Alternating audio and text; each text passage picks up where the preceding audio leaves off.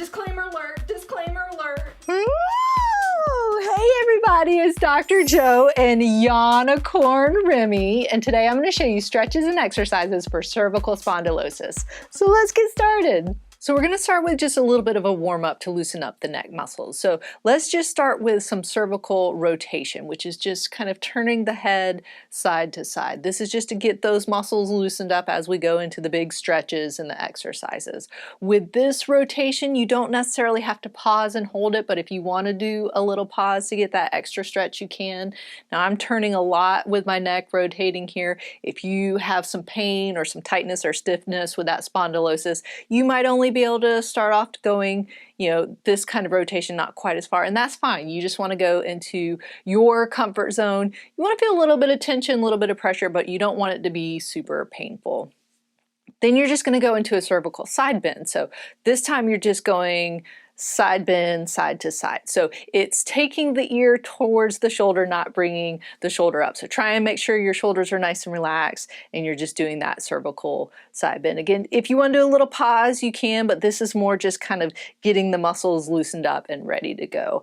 So it doesn't have to be a certain amount, but if you like to count, you can, maybe do 5 or 10 on each side, or you can do it for time. So, maybe 20 seconds just going back and forth. Then we're going to go into some shoulder circles. And so shoulder circles, those neck muscles up here go down into the shoulder as well. So doing some shoulder circles is really nice, again, to really get those muscles warmed up and moved and stretched out a little bit. So circles just kind of going up and over like this. So you're really getting that movement at your shoulders. I'm coming up and I'm really squeezing those shoulder blades as I go back and then coming down. So with this one, you can do 5 or 10 one way and then reverse it and go the other way, or clockwise, counterclockwise, but really trying to get that big exaggerated movement at your shoulders. And again, it shouldn't be painful. So, I'm making big movements. Sometimes going back this way is a little bit easier for me than going forward this way. But if you need to make some smaller circles where you're just kind of going like this, again, making sure that it's not painful, and then you can progress as you go, and then hopefully you'll get more loosened up each time you do it, and then you'll be able to get bigger movements later on, or a week or two later after that.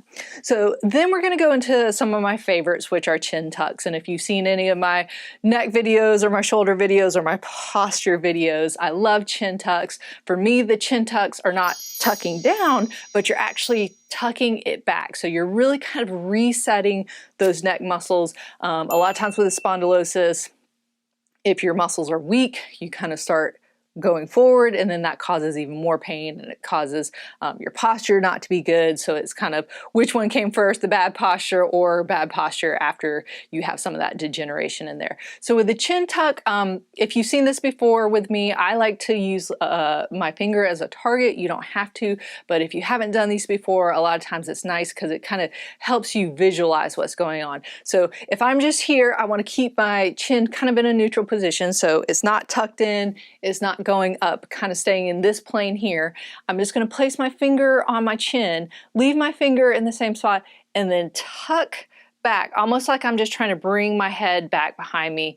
Hold this for about 3 to 5 seconds and then relax. And a lot of times then there will be some space in between. I know my finger was moving a little bit because I was talking as I was going, but that just means that you're resetting those muscles. Same thing with the chin tucks. When you're going back, I have a lot of movement. I do chin tucks every day just because I do have some neck issues from injuries in the past. And so if you're doing a chin tuck and you just start off with this, that's fine, because the chin tucks shouldn't hurt. They shouldn't cause dizziness or sharp pain or anything like that. So start off with it just a little bit, and then again, the more you do them over time, you should be able to get definitely more movement in there. So again, just taking that chin, bringing it back, keep that neck nice and long so you're sitting up tall, not slouching down and doing this. You want to get in that nice good position and bring it back, and again holding it for about 3 to 5 seconds, doing that several times.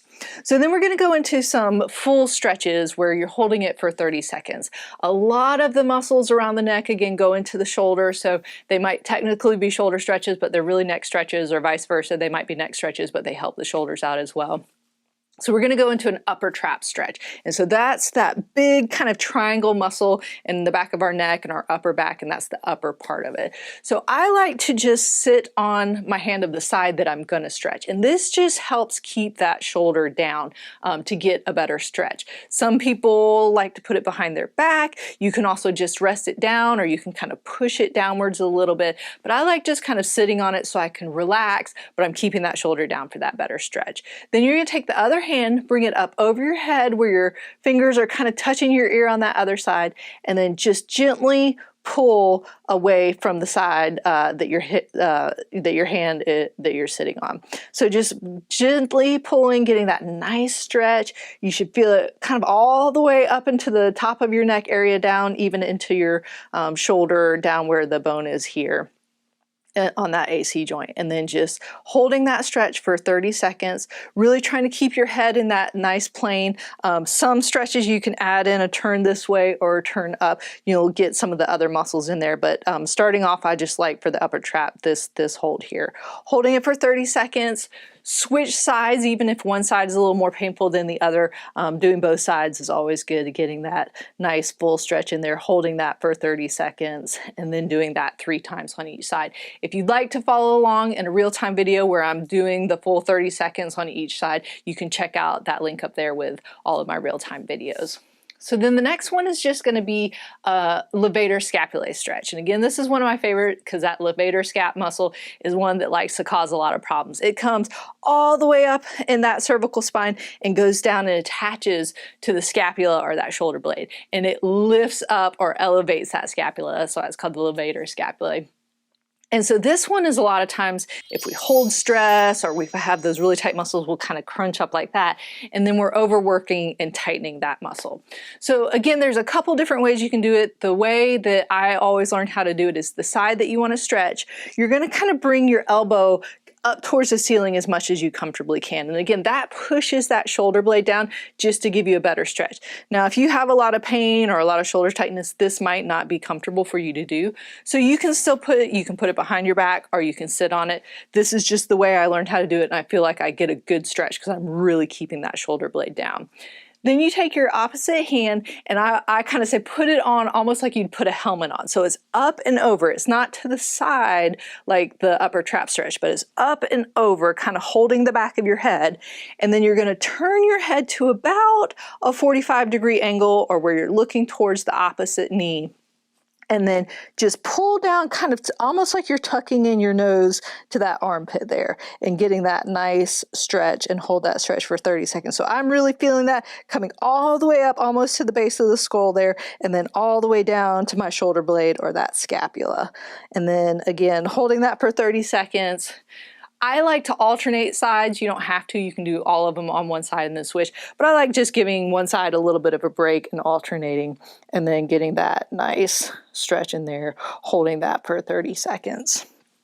And then we're just going to finish up with some exercises. So we're just going to go into a shoulder squeeze. And so with the shoulder squeeze or the scapular squeezes, the big thing to remember is really keep your shoulders relaxed and down. A lot of times people kind of try and squeeze up and go back, but you want them to be relaxed, and you're squeezing those shoulder blades back, almost like if someone has their hand on your spine and you're trying to squeeze the hand with the two shoulder blades there. So I like to say, if you haven't done these before, you use your elbows as a target, really kind of getting back. But it's not just bringing your elbows back. You're using those muscles, those rhomboid muscles in the back on your spine to really get that squeeze in there. So I'm squeezing back, trying to keep those shoulder blades down, and then holding it for about 3 to 5 seconds and relaxing. Now, if you feel like you're not getting the squeeze and you're just doing the elbows, you can relax your arms and squeeze back, but sometimes it's a little harder to do if you haven't done these before, and sometimes having those elbows as a guide will be a little bit easier. But again, just going back, squeezing, 3 to 5 second hold, so you're really activating those muscles, and then relax and doing those couple times, or you can do it for a timed amount of time. I know. So there you have it. Those are stretches and exercises for cervical spondylosis. If you'd like to help support my channel, click on the link up there. And don't forget to subscribe by clicking down there. And remember, be safe, have fun, and I hope you feel better soon.